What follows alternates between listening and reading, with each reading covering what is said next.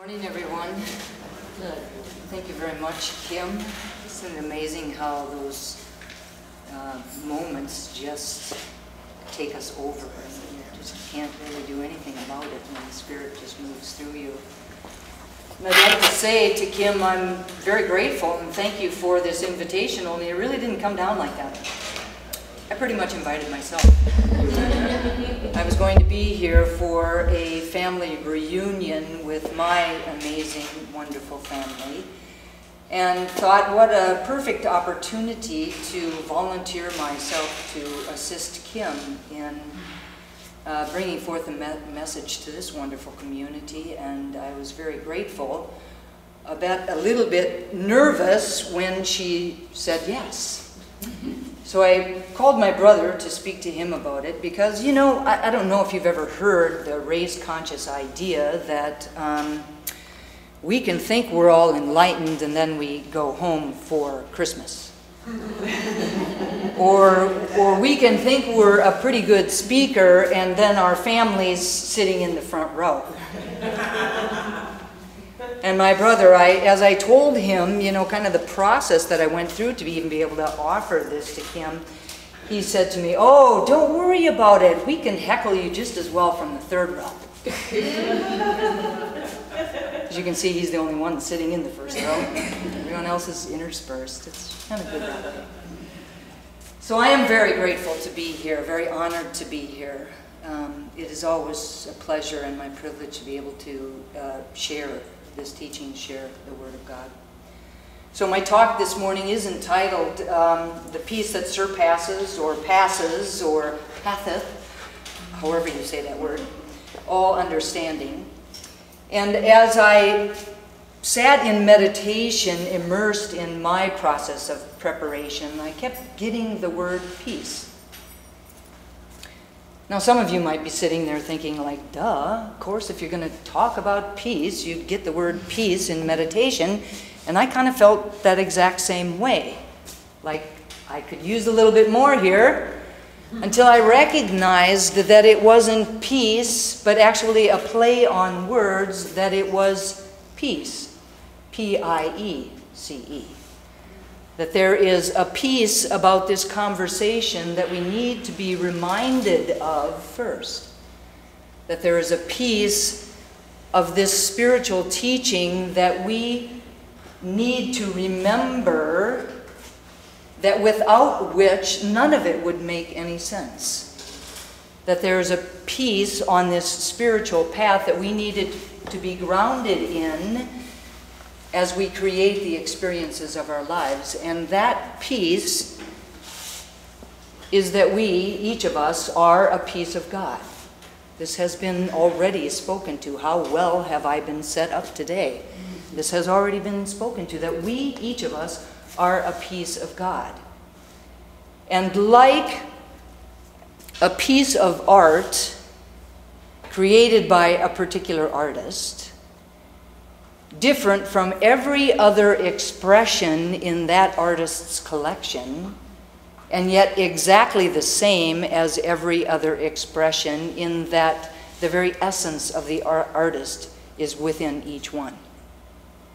Like a particular piece of clothing integral to an ensemble, that it is important that that piece be in that ensemble, or the look of it would be completely different. It is significant. Or like receiving a piece of pie, well within our free will to choose and accept either a big piece or a little piece. So this idea of peace, the who and what we are at our core spiritually, needs to be recognized and accepted before we can even begin to talk about or be the presence of peace, P-E-A-C-E. Ernest Holmes says, there is a universal mind, spirit, intelligence that is the origin of everything. It is first cause. It is God.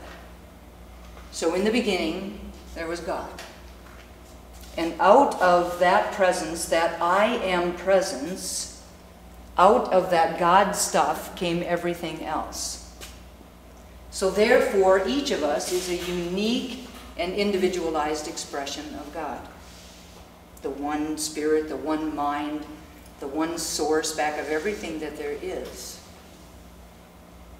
The reality is that there is not just God and I, or God and you, that there is simply God, and that each expression is a manifestation of it.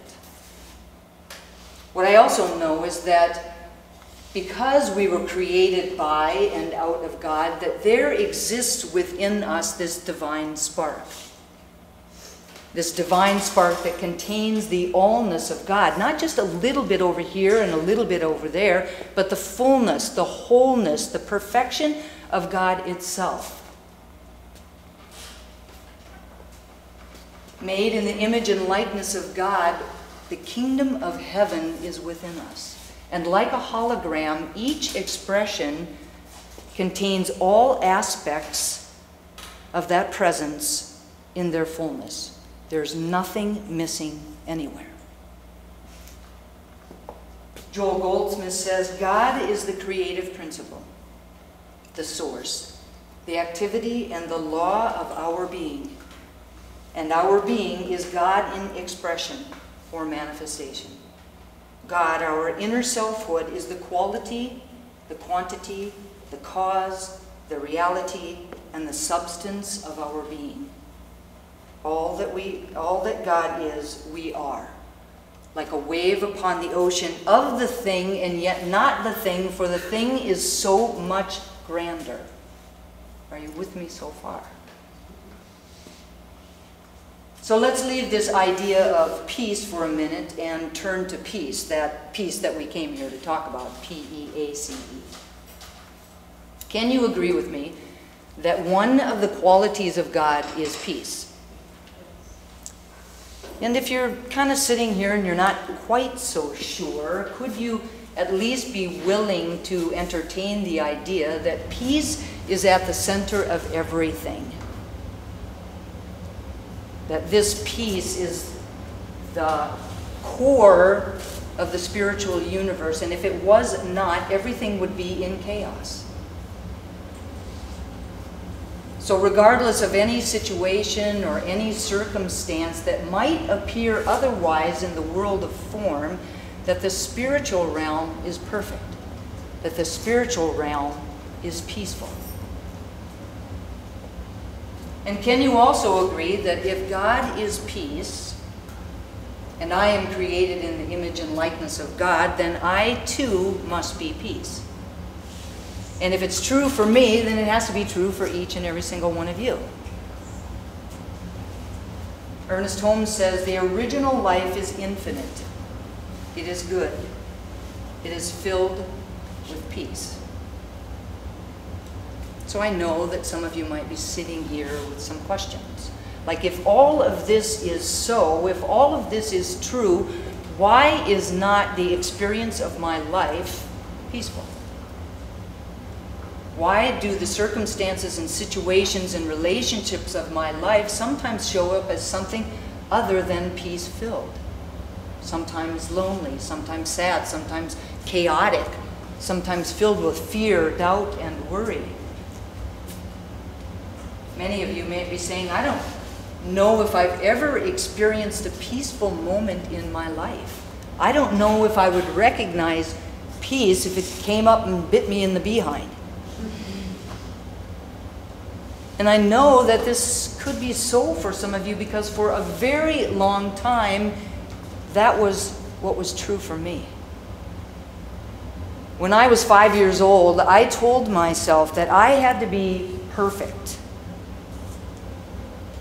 or the people in my life that I loved would leave. And I lived for a very long time from that belief.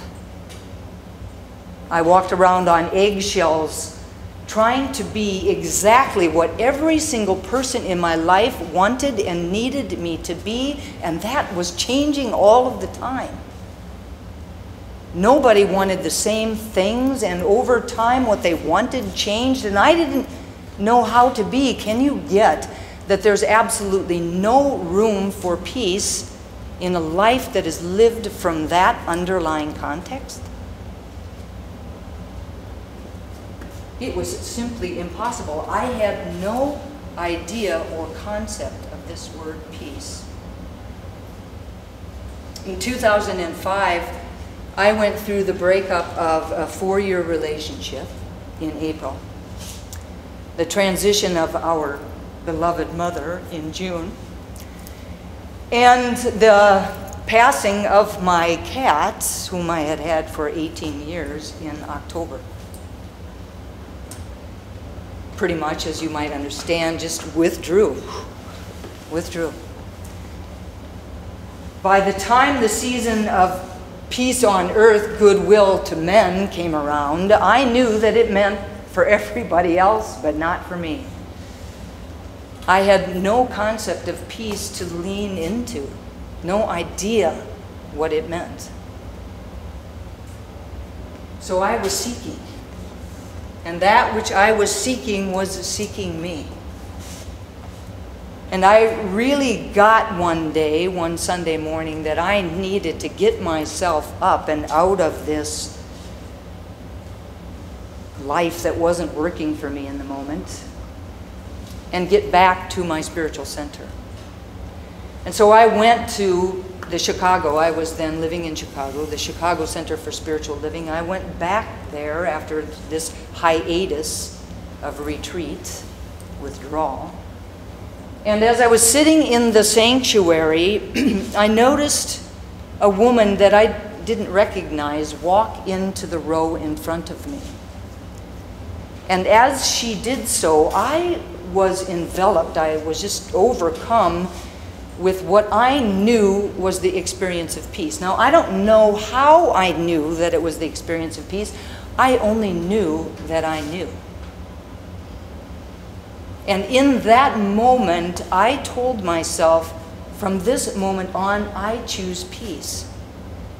I choose this to be the experience of my life, no matter what I'm going through, the highs or the lows, no matter what relationship I'm in, or the struggles or apparent struggles that are happening, I choose peace.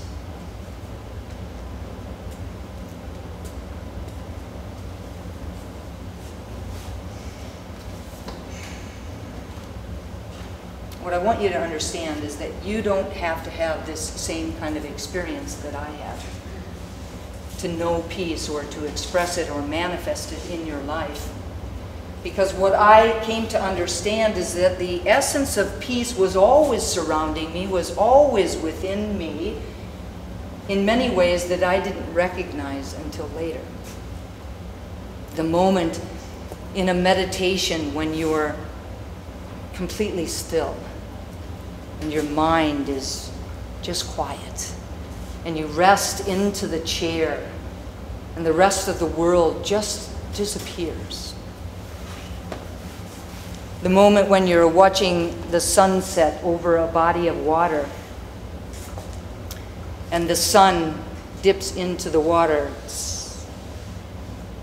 and you're filled with this palpable feeling of completion. The moment after you've been sitting with some friends or family and laughing like crazy fools, and you look into the faces of each one of them and you feel so much love that you can't contain it. The moment when you lay down in a big pile of leaves on the wind-protected side of the house and the sun is just beating down upon you and you just allow yourself to be. The moment when you're swimming in the ocean and you feel so surrounded and so supported that you wonder how life could get any better than this. And in these moments, or moments that you can speak to from your own experience, you simply allowed the presence of God to flow through you as the presence of peace. You stood in the present moment and allowed yourself to invite in peace.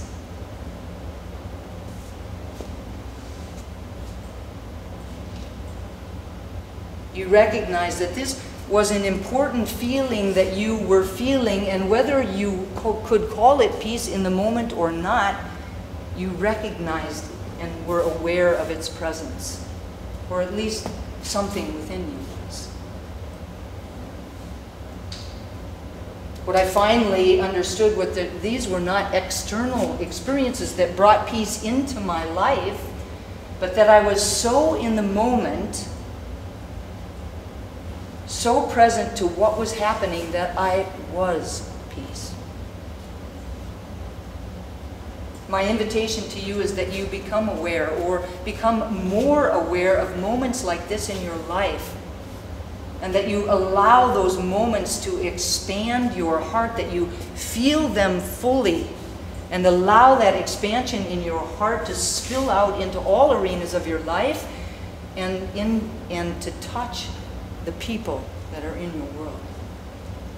For as you do so, you will literally become the presence of peace. And as we know from this teaching, we cannot have anything that we are not willing to be.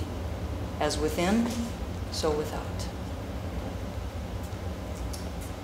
In the reading that Kim read, she said that peace, Ernest Holmes said, she read it, that peace is an inner calm, obtained through knowledge, a knowledge or recognition of our oneness with God, our relationship with the universe.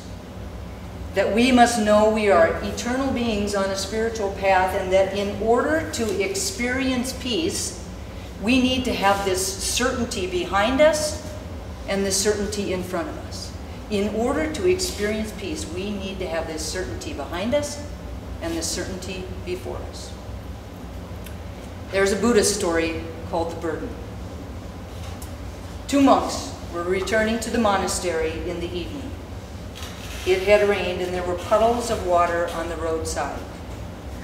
At one place, a beautiful young woman was standing, unable to walk across because of a large puddle of water. The elder of the two monks went up to her, lifted her up, and left her on the other side of the street, and continued on his way to the monastery. In the evening, the younger monk came to the elder monk and said, "Sir, as monks, we cannot touch a woman, right?" The elder monk answered, "Yes, brother." Then the younger monk asked, "But then, sir, how is it that you lifted that woman and put her on the other side of the road?" The elder monk smiled at him and told him, "I left her on the other side of the road, but you are still carrying her." Continually hanging on to your past, your stories, your old beliefs, your old ways of being will never leave room for the experience of peace. Not being in resistance or denying the experience, but having certainty behind you that you were exactly where you were supposed to be. That God was with you, and that all of the events unfolded perfectly for your soul.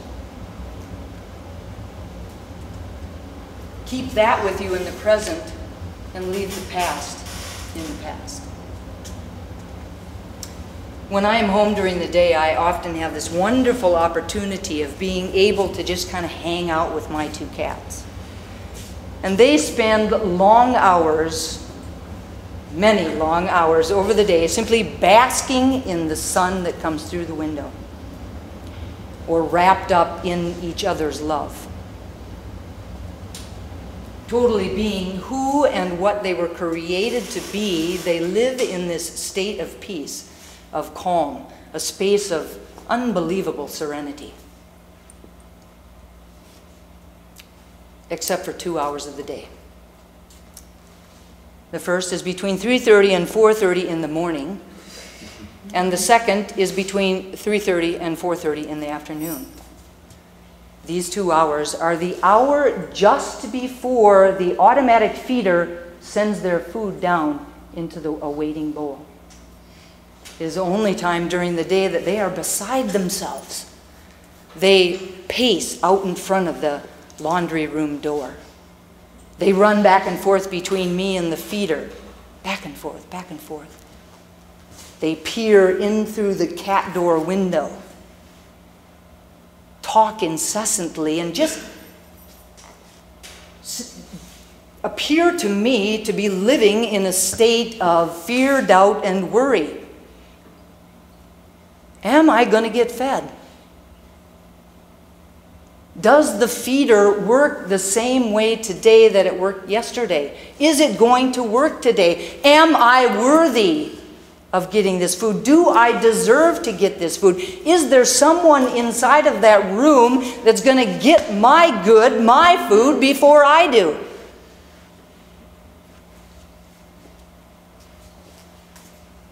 Can you see that the only time that they are not at peace is when they are worried about the future?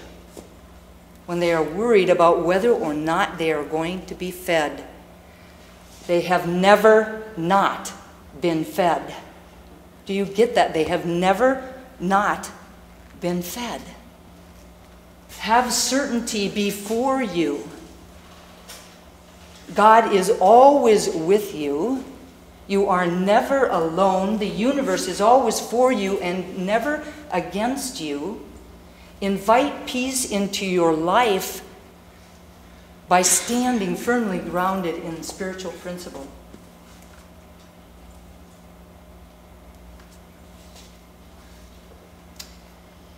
In Discover the Power Within You, Eric Butterworth talks about Jesus' Sermon on the Mount. And he gives some metaphysical interpretations of the Beatitudes. And one of the Beatitudes is, "Blessed are the peacemakers, for they shall be called the sons of God." Eric Butterworth says about this Beatitude, "The peace that we desire and need in the world is that with which pathos, how do you say that word? Understanding. It cannot come by treaties or agreements or by wars and boundary lines. Peace can only come when men and women become receptive to it and become peacemakers in the process of expressing it from within." Butterworth goes on to state, "Call yourself a child of God and believe it, and you become a true peacemaker. It is not a thing that you have to do in the world around you. In the most dramatic way, the world will be changed in the twinkling of an eye as you change. An electric light doesn't have to go out into the room and try to sweep away the darkness. When the light is turned on, the light radiates and the darkness disappears." While this is not often easy, it is really just as simple as that. Be awake, be aware, believe in who and what you are beyond a shadow of a doubt, affirm that birthright. Have certainty behind you and certainty before you. Stand firmly grounded in the present now moment. And be the presence of peace as you allow the peace of God to flow through you, and simply stand in awe, whether you understand it or not, as the experience of your life becomes one of peace.